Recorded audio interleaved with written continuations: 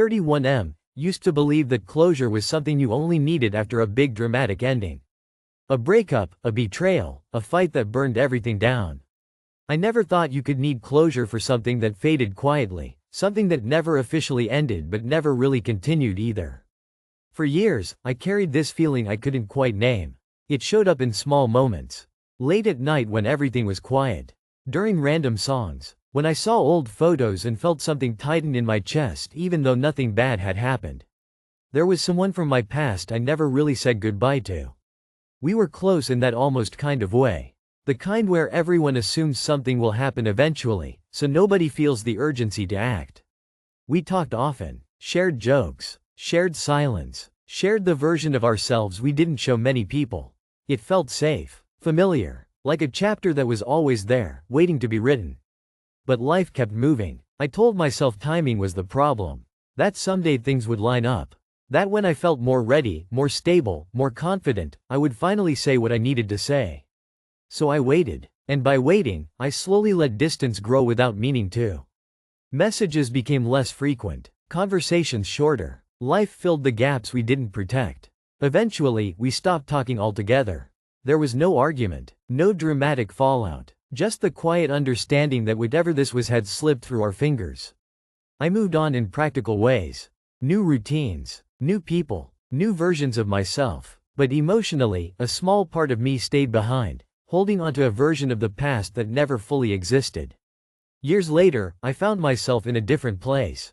Calmer, more grounded, happier than I expected to be. That was when the feeling came back, stronger than before. Not regret, not longing. Something unfinished. I realized I didn't miss them the way I used to. I missed the version of myself I was back then.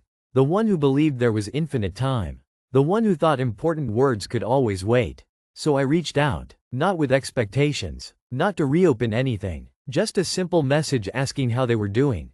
I half expected no reply. Or something distant and polite. Instead, they answered warmly.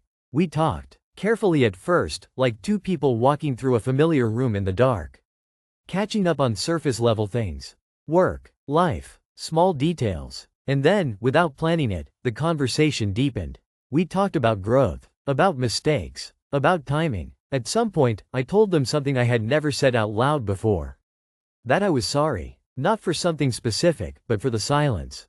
For assuming time would always be on our side. For not being brave enough when it mattered. They didn't react dramatically. They didn't cry or accuse or reopen wounds.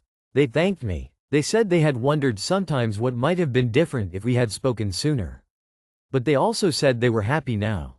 Truly happy. And they meant it. Strangely, that didn't hurt.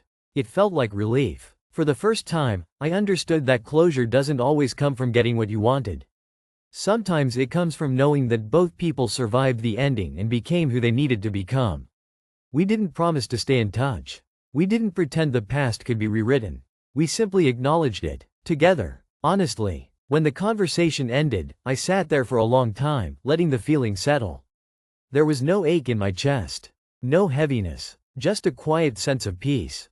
I realized something important that night. Some people come into your life not to stay forever, but to teach you something essential about yourself. About timing. About courage. About the cost of silence. And once that lesson is learned, holding onto the connection no longer serves either of you. I used to think happy endings meant staying, or choosing each other, or finally getting the timing right. Now I know that sometimes a happy ending is simply understanding. Understanding that the past doesn't need fixing to be meaningful. Understanding that growth can happen even when things don't work out. Understanding that you can honor what was without wishing it were different. That goodbye, finally spoken, gave me something I didn't even know I was missing. It gave me peace. And for the first time in a long time, I felt fully present in my own life, no longer looking backward, no longer waiting for a moment that had already passed. Some goodbyes don't hurt. Some of them heal.